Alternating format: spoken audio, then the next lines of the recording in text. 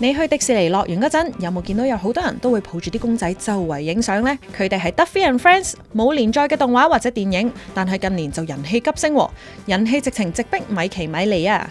今日帶佢哋嚟影相，今日主角佢仲有相機㗎。平時係咪都會咁樣 set 嘢？係啊，但係我咬好咗咩？咁都要影㗎。幾好，攬住。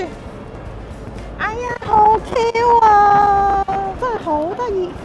Oh no！ 好得意哦！總之就滿足到我，治愈咗我嘅心靈，我就覺得佢好 Q 咯。有次 Mickey 要出海遠洋 ，Minnie 就親手縫咗一隻啤啤熊 Duffy 嚟陪佢。點知 Mickey 一覺瞓醒 ，Duffy 竟然活現眼前。自此佢哋兩個就一齊周圍遊歷啦，仲喺旅途裏面遇到好多新嘅朋友添。好多 fans 都會好似 Mickey 咁帶 Duffy and Friends 周圍去，所以迪士尼樂園裏面呢就會出現抱住公仔嘅現象啦。真人譬如低炒就唔靚，公仔佢哋點睇都係咁可愛，佢哋係冇死過㗎。我有帶佢哋坐天星小輪，佢有一件衫係水手服，我覺得好襯。巴士有錯過，中秋節嘅時候啦，買燈籠影咗一輯相。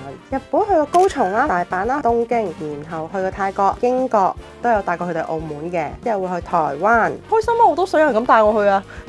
我一個人影相，我會懶唔去，但係我覺得同佢哋一齊去嗰度影相可以喎，多咗個生活嘅動力。佢係無害，佢哋係純真，佢嘅出現係想令你開心噶嘛。哇，可愛得意本身就係一個魔力嚟㗎。玲子屋企儲咗好多隻 Duffy and Friends 㗎，仲會幫佢哋車埋衫仔添。原來我買咗咁多嘅，其實我唔係好需要，但係佢真係好得意，佢好似叫我帶佢翻屋企。除咗帶啲公仔翻自己屋企，佢仲會特登帶佢哋翻另一個屋企見埋朋友添。你三個裏面邊個最癲？我唔覺得我最癲喎，你拖劫喎。